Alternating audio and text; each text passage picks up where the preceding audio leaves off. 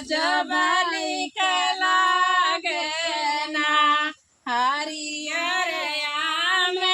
के हो पतैया देखत गजब लागे ना गजब लागे ना हो गजब लागे ना हरियर आम के हो पतैया देखत गजब लागे ना सोन के थाली में जेवन परसलो सोन के थाली में जेवन परसलो जेवना जेवना ना दोइया आउरी नदी के भैया ना जेवना जेवना नदी न दोइया आउरी नदी के भैया ना आमा के हो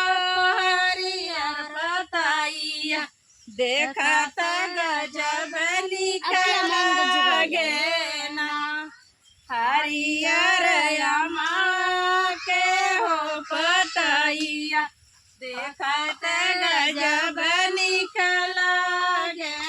ना सोने के लोटा में गेरुआ भरवलो सोने के लोटा में गेरुआ भरवलो गेरुआ घोटा ना दोइया आउरी ननद जी के भैया ना गेरुआ घोटा ना दोइया आउरी ननद जी के भैया ना हरियर लागे आम के पतैया देखत गजब लागे ना गजब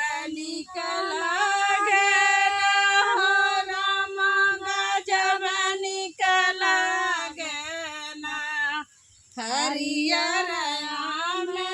के हो पतैया देखत गजब लागे ना लवन हिलाची के बीरावा बनवलो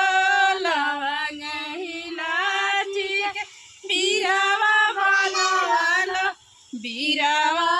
कुछ ना दोइया आउरी ननद जी के भैया ना बीरावा कुछ ना दोइया आउरी ननद जी के भैया ना हरी ननद जी के भैया ना हरियर आम के हो पतैया देखत गजब लागे ना देखत गजब लागे ना फूलवा हजार कैसे जल गवालो फूलवा हजार कैसे जल गवालो से जिया सोना ना दोइया आउरी ननद जी के भैया ना से जिया सोना ना दोइया